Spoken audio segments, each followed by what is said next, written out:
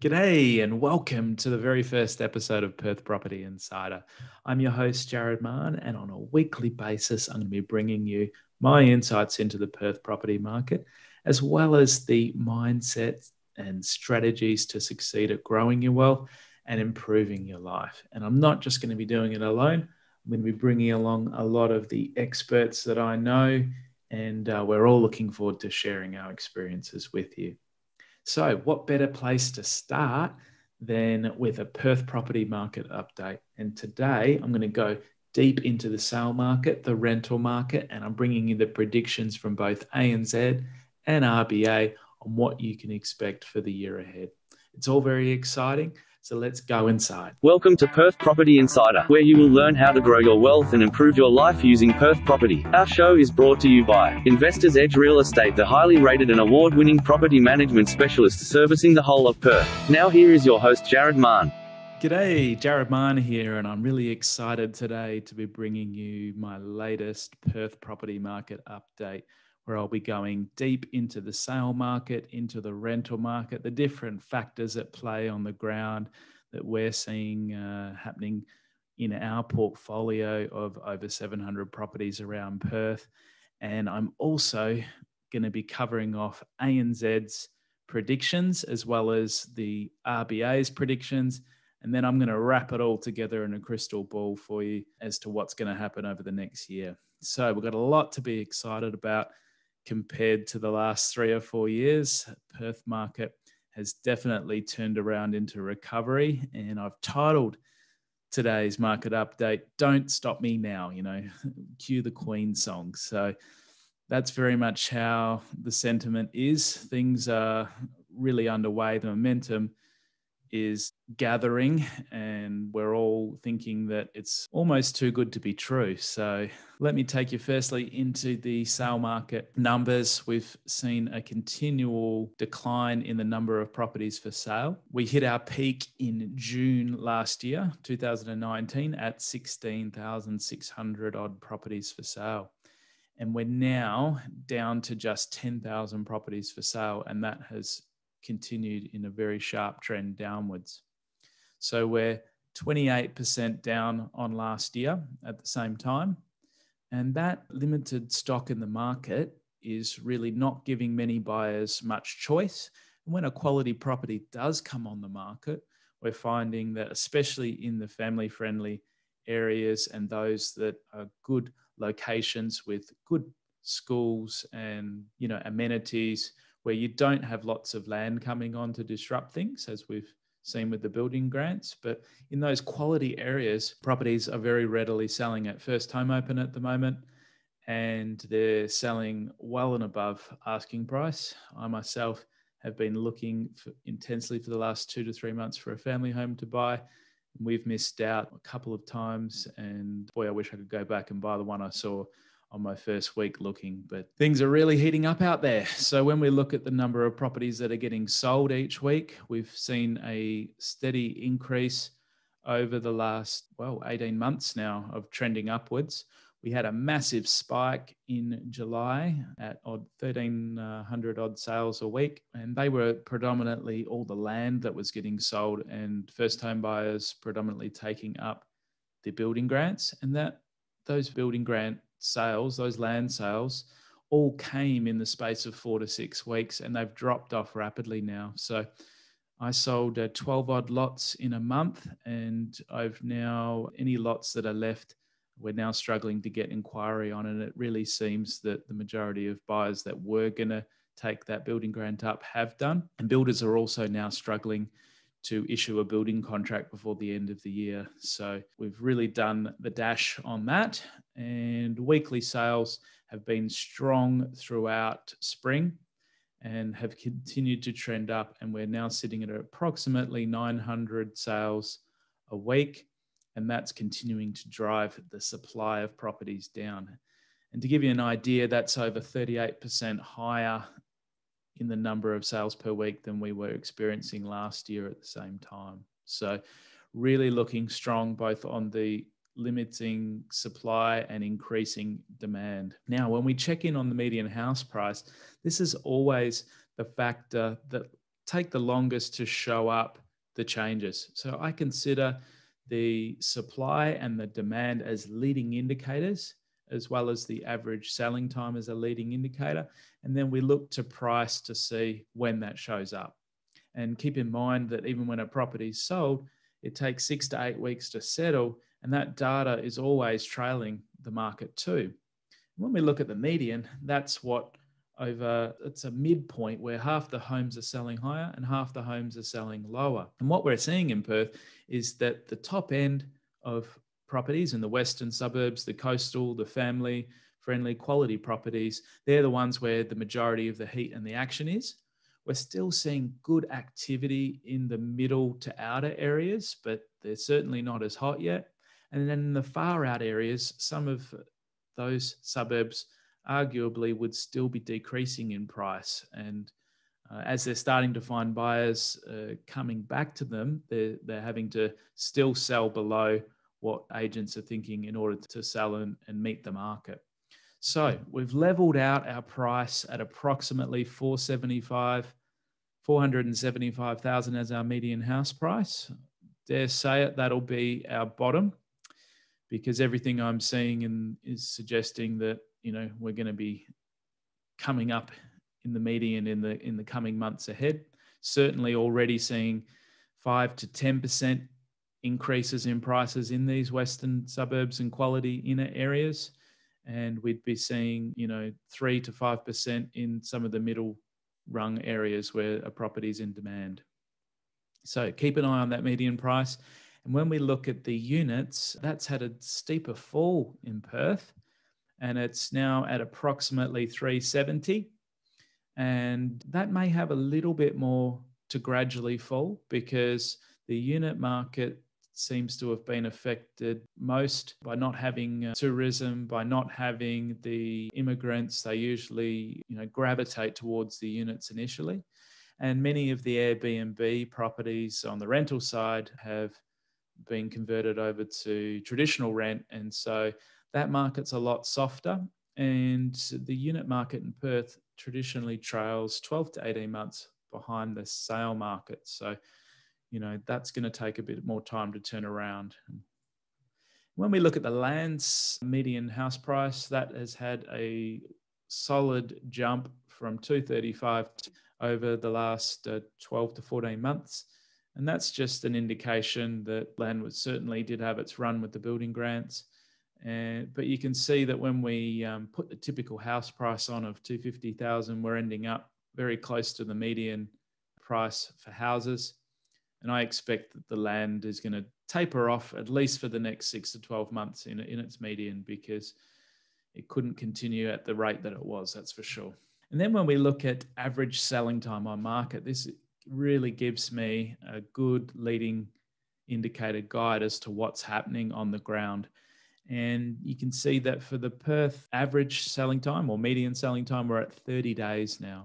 So that's very quick. That means that there's still half the property selling faster than that, first and second week on market, and half selling in 5 to 6 weeks on market. But that's a very sharp decrease. And boy, oh boy, if I see that go under 30 days, can it get any hotter? I'm not sure. So wait and see, eh? Now, what's happening with the construction grants as we finish off the year? I mentioned earlier that there's not very many buyers left. They all rushed in over a 1 to 2 month period. We're nearly gone with the chance for someone to use the 45,000 of government grants available. So that they have to have their building contracts signed by the 31st of December.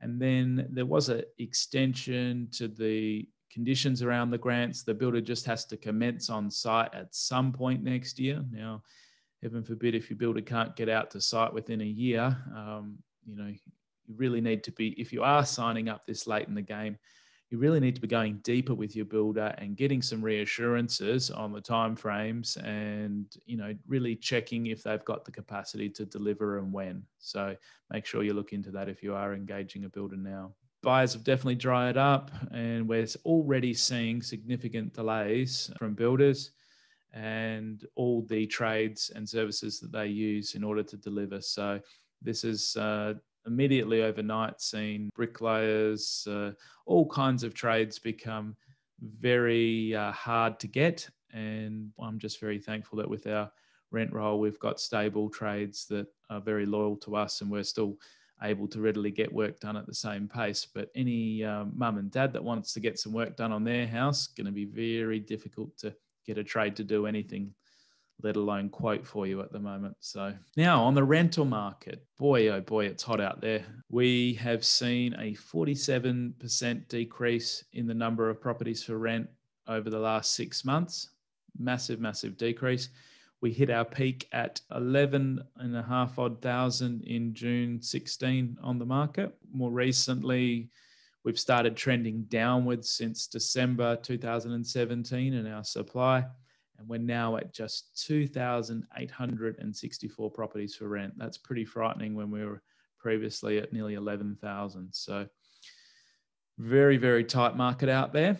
And we've only got 14 properties in our portfolio for rent when we normally have somewhere between 35 and 45 properties for rent. So I'm readily getting private messages and text messages from people trying to get my help with the rental. We are definitely happy to try to help tenants and let them know what we've got coming up. And, you know, it's tough out there for tenants. It really is. If you want to move, you can't find somewhere. So I never wanted things to become this crazy, but, you know, we're trying to help people where we can. And we are looking forward to the moratorium lifting in March and some more investors coming into our market to bring quality rental properties for them to choose from. So rental vacancy rate, accordingly, that has also dropped significantly. We hit 7.6% in October 17 as our peak. Now that is massive. That's why our prices dropped 22% over that time. And then it started to tighten up, and we're now at just 0.9%. So traditionally, anything less than 3% will see upward pressure on prices. And what we're typically seeing on the average rental, when we look at the median house rent, we've gone from $350 per week at our bottom where we sat. And ever since January last year, we've slowly been increasing, but more recently, we've been more rapidly increasing. We've now hit $390 per week. So that's $350 to $390, an 8% increase. That's the median. We've certainly seen higher increases in some suburbs. So seeing about 10% on average, and we're seeing 15 to 20% in some areas for some property types. And that's generally the family-friendly, good schools, well-located properties. And the units are not doing as well, but it depends where they are. So the CBD has struggled with the Airbnb properties coming back to the long-term tenant pool, but that supply is now being taken up and it's returning to a more stable market there. And you'll find that some of the units in the popular cafe strips have done very well and bucked that unit trend. So property clock timing, let's have a bit of a look around the states as to what's been happening. We can see that Perth is still labelled as being in start of recovery. That actually changed 2 months ago, when I last came to you with an update. And our southwest has also moved around into starting of recovery. You can see that Sydney has adjusted this month to now being labelled as approaching the bottom of its market. Melbourne and in a declining market, and Brisbane is a bit further ahead than Perth, both Brisbane and Adelaide. Oh no, Brisbane's in start of recovery, but Adelaide is in a rising market. Gold Coast in there is a rising market as well. I did want to touch on the typical time periods that we might see. People kind of think that a city stays in a stage of the cycle for even amounts of time. Looking back in the past, that is definitely not the case. What I kind of expect to see for Perth from here is 2 to 3 years of pretty rapid increase, and then we'll start to taper off as we move into the 4th and 5th year. This is just, predictions based on past timings. And then we'll have a bit of a down period as we come towards our 7th to 9th odd year. So that's what I typically expect. And the best gains are always made by the people that probably bought 6-12 months ago, but it's certainly plenty of upside if you're looking to buy in Perth now. And when we look at what's ahead, we're only really just starting our recovery. So now, national property clock for units, you can see that Perth is still labelled around in a declining market. And we've got Gold Coast around in a rising market, Adelaide rising market. Sorry, Gold Coast is starting its recovery. We can see that Sydney market and the Melbourne market are also in a declining market stage as well. So units are certainly not looking as favourable in all the main capital cities as compared to houses, except for Adelaide's units seem to be holding up quite well. Now, let's start going into a few of the predictions made by some of the reputable organisations. I was just rethinking how reputable the banks are, but yes, they are. ANZ's predictions next year, we expect price gains averaging 9% across the capital cities. And when we drill down in that, they're expecting 12% for Perth to be the highest gains of any of the capital cities. 9.5% for Brisbane, 9.4% for Hobart, 8.8% for Sydney, and 7.8% for Melbourne. So very optimistic all round for all the capitals. And Perth being predicted to be the highest of all of them. So 12%. I'd definitely expect that, if not more, from what I'm seeing. I spent a long time reading through all the Reserve Bank of Australia's meeting minutes because they happen to release a lot of insights this month as well as their predictions. So I really wanted to share them with you. And the exciting news from what they're saying is that the near-term outlook has significantly improved. So they've increased their growth projection in gross domestic product from 4%, which they gave 3 months ago, to now being at 6% to the year ahead, to June 2021. So that's a pretty big jump when you consider that's all, a third increase in what they're expecting.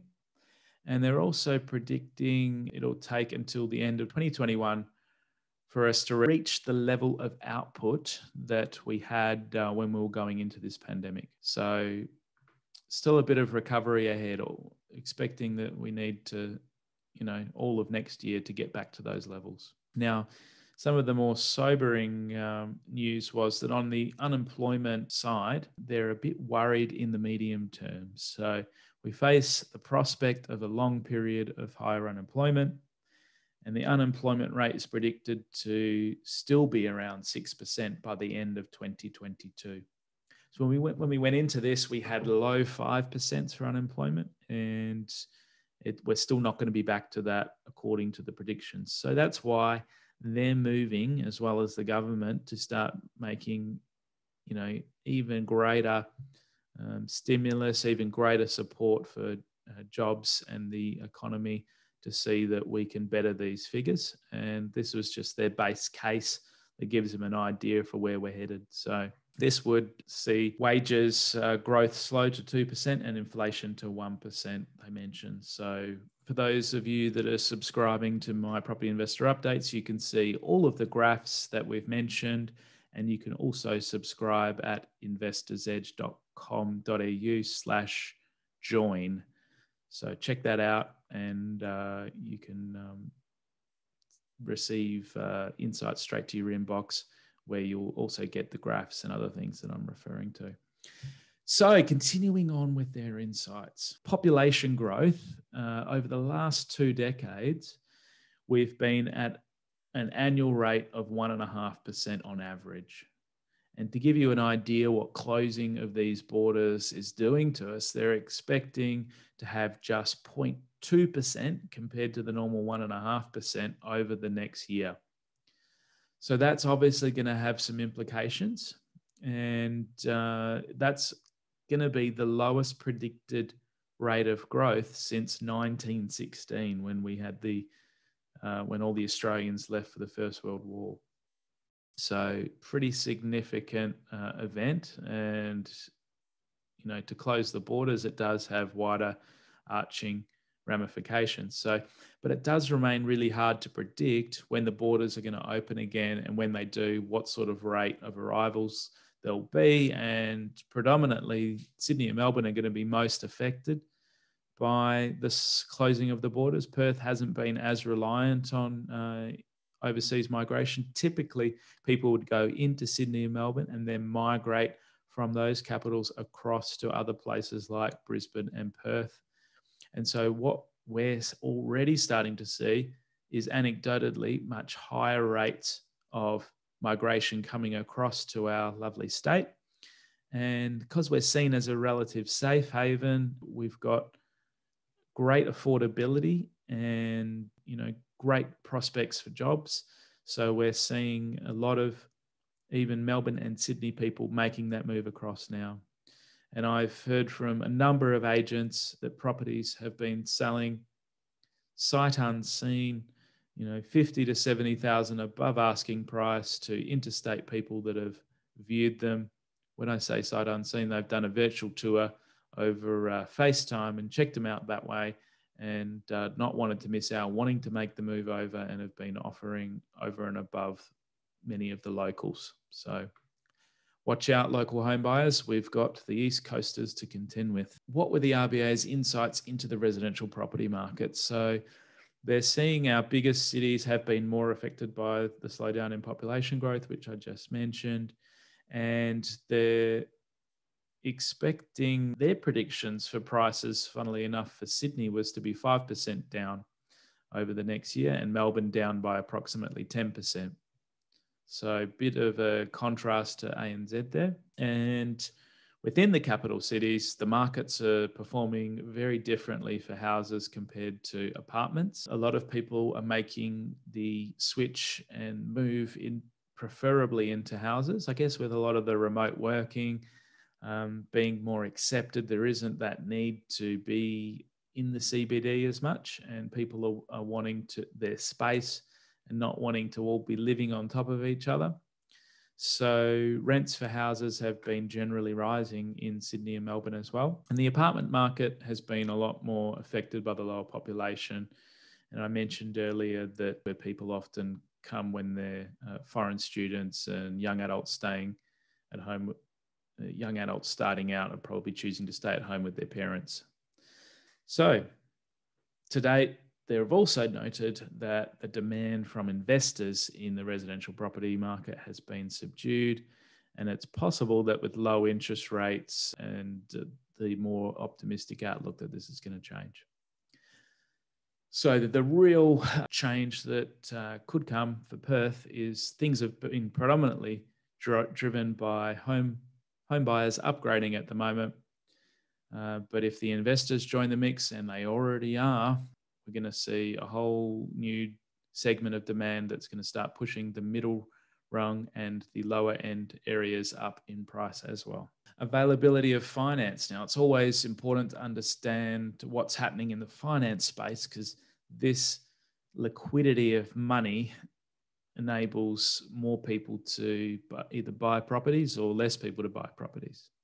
And you would have noticed that in the first week of November, we had another rate drop. So that's what I predicted for all of my subscribers a couple of months ago. And the RBA did follow through on that. And of course, it's very much, in my opinion, tied into enabling the government to finance their borrowing at a much lower rate.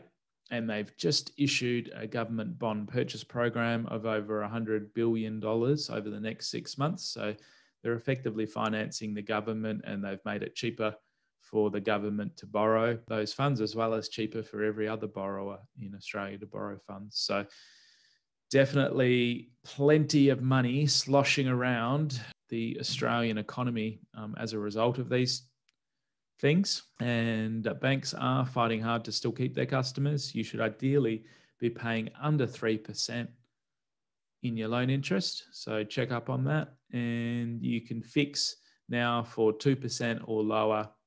And just keep in mind when you fix, there are some downsides. You can't offset money for the fixed portion of your loan.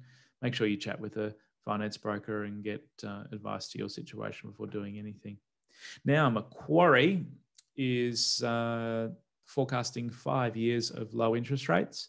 And RBA has said in their minutes this month at least 3 years of low interest rates. And the other thing that has happened in finance, which I mentioned to our subscribers last month, is we've seen a change to the responsible lending laws, which are coming in, or rather being stripped back, and no longer will banks be and other lenders be prosecuted for the previous responsible lending that was put in place.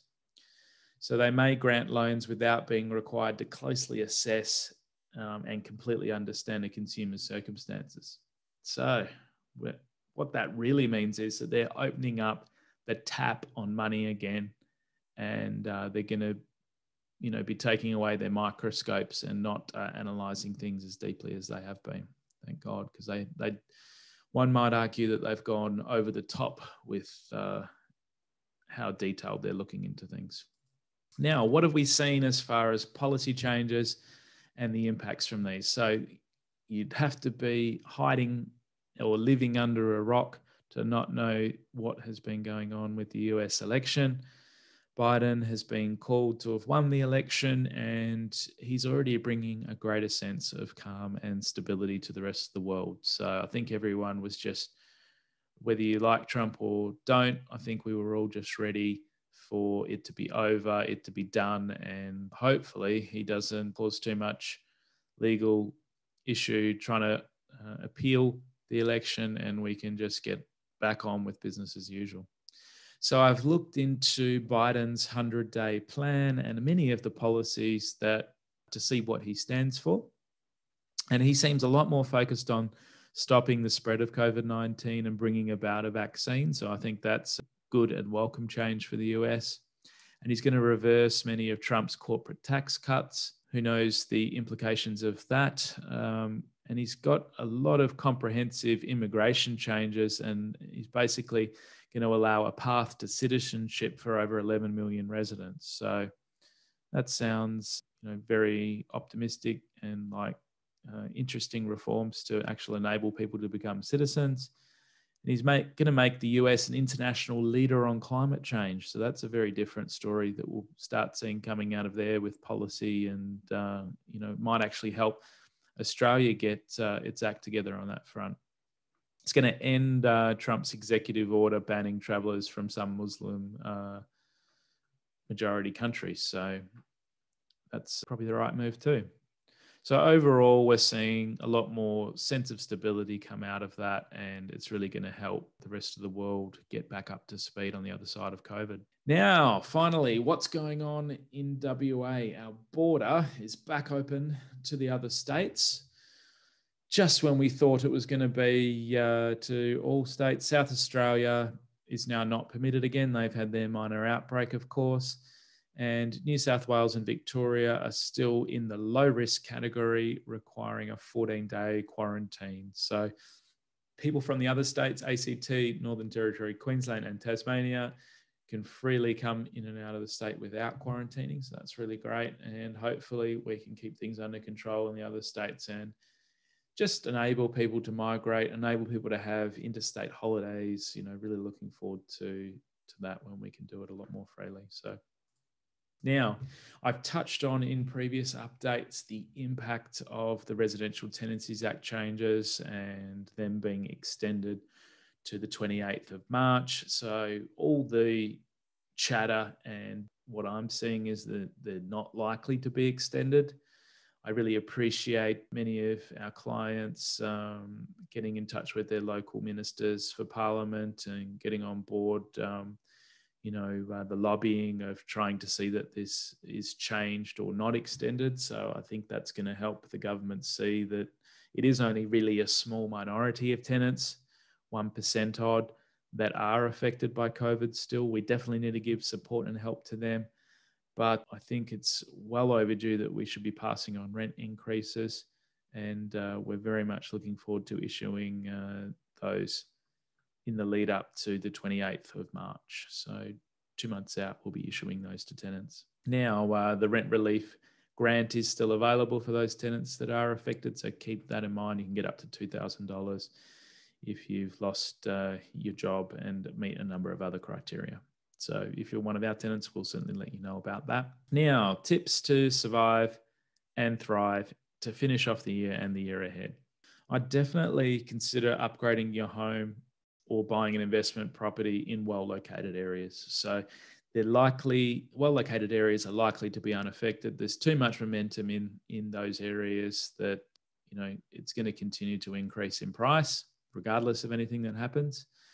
And as for the outer areas, I'm starting to see increased buyer activity there. So if you're wanting to sell, consider selling now. It all depends on what you're planning to do and your reasons for selling. So if you've held on this long for, waiting for the market to turn and you're at an emotional low, make sure you do hold on if you don't have a good reason to sell. If you need the borrowing capacity out, or you need the money out, or it's costing you too much to hold, make sure you revisit your interest rates and your depreciation schedules, and see what we've got ahead for you with rental increases, and try to hang on, because the upside in the next 2 to 3 years is going to be great.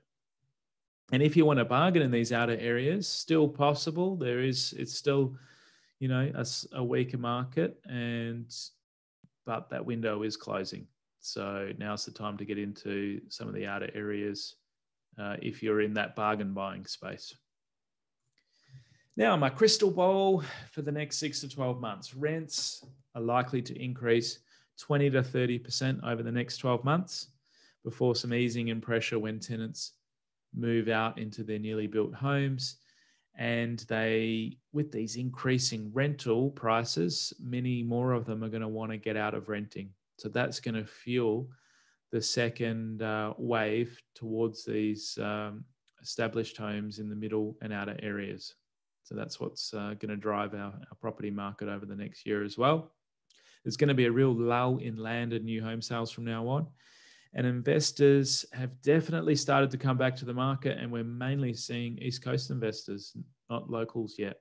So they're being attracted by the increasing rental yields and good prospects for growth. As established homes in the outer areas are likely to be negatively impacted a bit for a while, especially where there's land around them. So the building grants have really stirred up those areas that have the land supply. So people have obviously all opted in for a package instead of an established there. And we'll see prices continue to rise in the well-located areas, definitely. We've got too much momentum now. Wherever the good schools are that are well-established, that don't have land supply, we're going to see them increasing. And I am already seeing that immigrants from interstate, so migrants from interstate, is going to be a big part of the successful recovery of WA. I think when our international borders open up, they're going to be, surely we'd be the number one choice for many as well. So I think that's going to support our continued recovery and continue to keep pressure on prices when that happens. So thank you for joining me for my Perth property market update. Make sure that you head along to our website at investorsedge.com.au/join and subscribe for future updates.